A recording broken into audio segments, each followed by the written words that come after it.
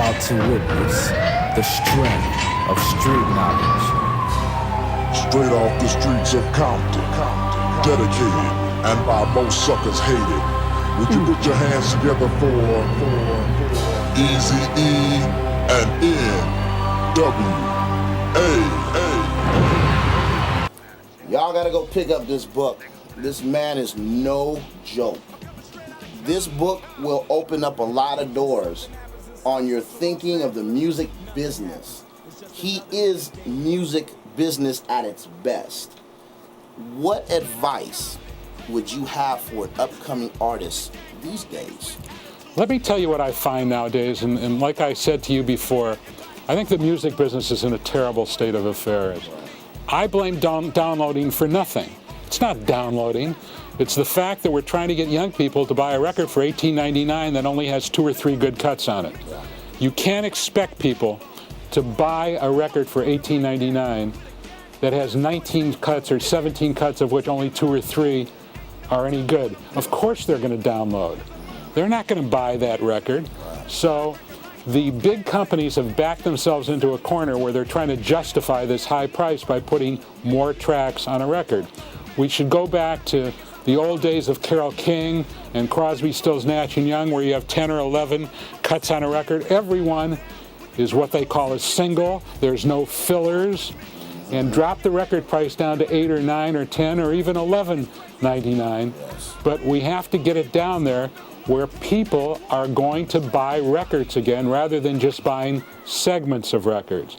So I think that the music business is in a very bad place because 3 or 4 people run the business, all of whom I have a great deal of respect for. Who are those people? Clive Davis, who's an old friend of mine. He believed in me before I believed in me and gave me my first label in 1970.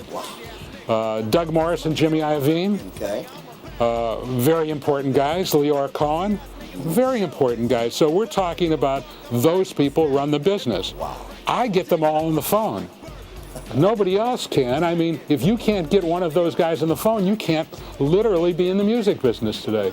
We need independent labels again that will give young people on the streets a chance because there are so many talented people out there who have little companies built around producers and artists that just have no chance of getting anywhere but MySpace. And I love MySpace. There's nobody that's a bigger proponent of MySpace than I am. But the record business is a complicated business. It has to do with granting credit lines to chains of stores. There are lots of things outside of the music that makes you have a hit record. So I think that for people starting off, you got to remember a couple of things. You have to be unique. Okay, Eazy-E may not have been the greatest rapper that ever lived, but when you listen to an Eazy-E song, just like when you listen to Janis Joplin or you listen to Bob Dylan, there's no question in your mind who you're listening to. You don't say, I wonder who that is. He sounds like, he sounds like him. And so the thing you want to do, you got to have a unique quality, or you got to be able to do something better than anyone else can do it. To me, the greatest rock and roll guitar player ever, and I mean no offense to Eric Clapton, but to me, it's Jimi Hendrix. And when you listen to a Jimi Hendrix song, I mean, All Along the Watchtower, I mean, whatever it is, when he plays guitar, you know it's Jimi Hendrix. That's right. Or you got to be the very first at what you do. And I think that NWA were the first people that really brought the messages of our inner cities to white middle-class America. Now, there had been other groups like Run DMC, who I have nothing but respect for, and of course Public Enemy, who I think is probably the second most important group of the entire gangster rap era. Totally agree. But what NWA brought was, Dre brought a sense of musicality, and Eazy brought a sense of humor, which the Bronx rappers didn't have. It was all about this and bling. And, they didn't have that sense of humor, and they didn't have, of course, Dre's incredible musicality. Yes. And I even got to give Ice Cube, although I hate to, I got to give him some credit for his verbalization of the whole process. And I give myself, Jerry Heller, credit for putting it all together and financializing the whole thing. And like in the back of my book here, and I tried to make this book fun for everybody, I asked Ice-T for a quote. And it said, I met Jerry Heller once and just didn't trust him.